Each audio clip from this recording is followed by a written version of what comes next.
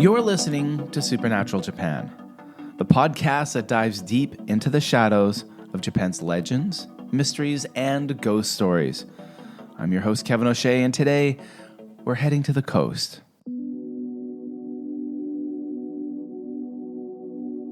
It was a day that changed everything. March 11th, 2011, 2:46 p.m.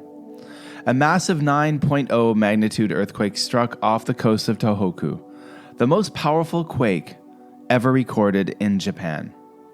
Buildings swayed as far away as Tokyo, roads split open, but the real devastation came from the sea. A tsunami, some waves reaching 40 meters high, came roaring towards the northeastern coastline. Entire towns and villages vanished in a matter of minutes. Homes, schools, hospitals, gone. More than 18,000 people lost their lives. And many, locals say, never left. Today's episode, The Ghosts of the Tsunami.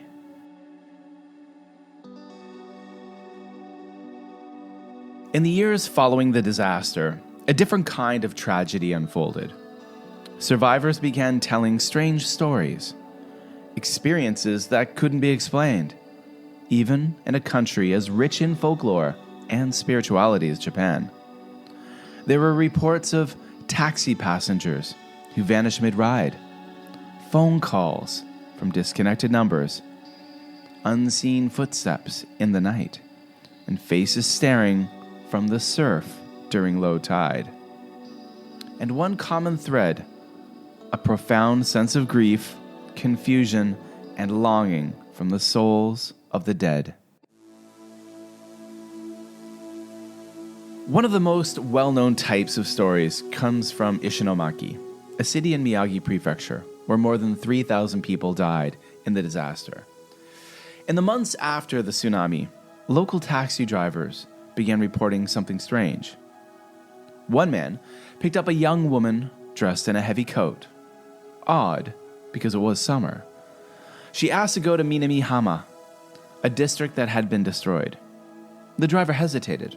That area was abandoned, completely wiped out. He turned around and asked her again. She said, "Have I died?" And then she vanished. This story was one of many collected by Tōhoku Gakuen University student Yuka Kudo. She interviewed over 100 taxi drivers as part of her thesis. At least 7 told her similar stories of ghostly fares.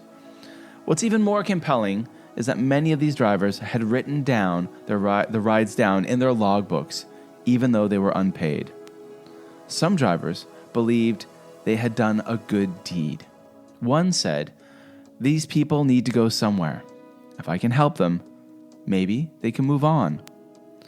It's a concept in Japanese known as ukurabito, the idea of guiding or sending someone off on their final journey, even if that journey is from this world to the next. In Japanese folklore, eerie are spirits of the dead who cannot find peace. Often, they are victims of sudden or violent deaths. Sound familiar? They are said to appear in white funeral garments, with long black hair and pale faces, and they are not always hostile, but they are always lost. The 2011 tsunami left behind thousands of eerie. In Sendai, people reported knocks at their doors at night. When they opened them, no one was there, but wet footprints led away into the darkness. In Onagawa, a man walking on the beach saw something standing in the shadows. As he approached, the figure disappeared. No splashes, no movement, just gone. Some stories are deeply emotional. A man who lost his daughter in the disaster said he heard her voice calling his name each morning for a year. He left food at her old seat during meals. In Japanese tradition, this isn't unusual. It's called butsudan, or ancestral offering, But the difference here was she hadn't been given a proper burial. Her body was never found. Many local Buddhist monks in the region were overwhelmed by the number of requests for cleansing ceremonies. Some temples were performing up to 20 funerals a day, while also being called to homes for exorcisms and spiritual cleansings. Reverend Taiyo Kaneto, a Zen priest in Kurihara, said, "These spirits are suffering. They died so suddenly, they don't realize they're dead. They're trying to go home, but there's no home left." One of the most chilling stories comes from a reconstruction worker, Enriku Takata, who was staying in a temporary shelter. He said he felt someone sit on his futon every night at 3 a.m. He eventually moved away and never went back. In the face of these hauntings, communities began to turn to old traditions for healing. Obon festivals were revived with new meaning, a way to call spirits back home, honor them, and guide them forward. Sagaki ceremonies were performed for unknown souls, even when names weren't known. And for many survivors, these rituals became a form of therapy, a way to process impossible loss.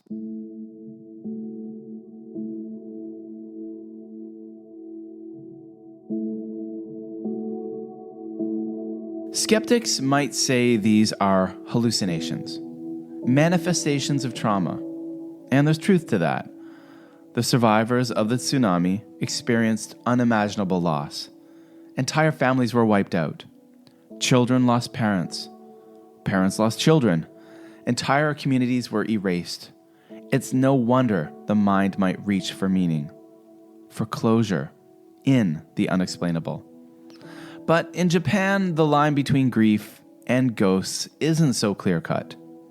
Here, the dead remain part of daily life. Ancestral tablets are kept in homes. Spirits are greeted in morning prayers.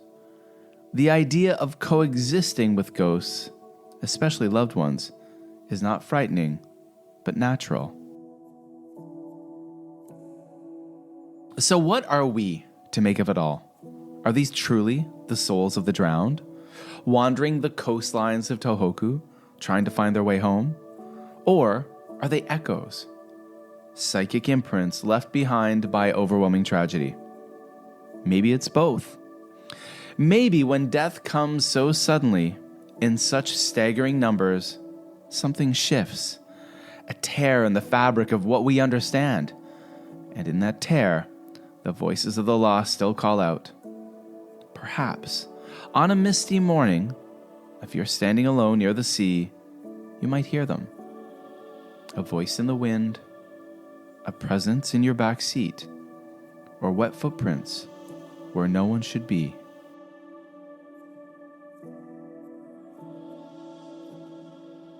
Well, thank you for joining me on this journey into one of Japan's most haunting and heartbreaking supernatural stories. If you found today's episode moving, please consider subscribing and leaving a review. It helps others discover supernatural Japan and keeps the stories alive. You can follow us on social media and send your own ghost stories to me at supernaturaljapan@gmail.com. And of course, you can support the Supernatural Japan podcast and all the content we make by giving us a little donation, leaving a little something over at buymeacoffee.com/BusanKevin. There will be a link to the Buy Me a Coffee over in the show notes.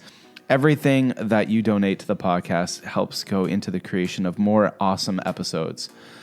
Now, follow us on social media. You definitely want to go to Instagram at Supernatural Japan. There's lots of photos, reels for every episode. If you want to see the things that I'm talking about, you want to get that visual representation, go over to the Instagram account and follow, check it on out, and share it with friends. You can also follow me, the host, Kevin O'Shea, on Blue Sky and X, where I just put a lot of stuff out there on social media. Have a lot of fun with it, especially Blue Sky. That's really where I'm at the most.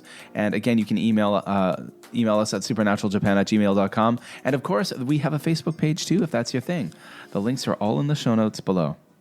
And remember, if someone asks you for a ride, on a quiet coastal road, you might be their last chance to go home. So, until next time, stay safe, stay curious, and stay supernatural.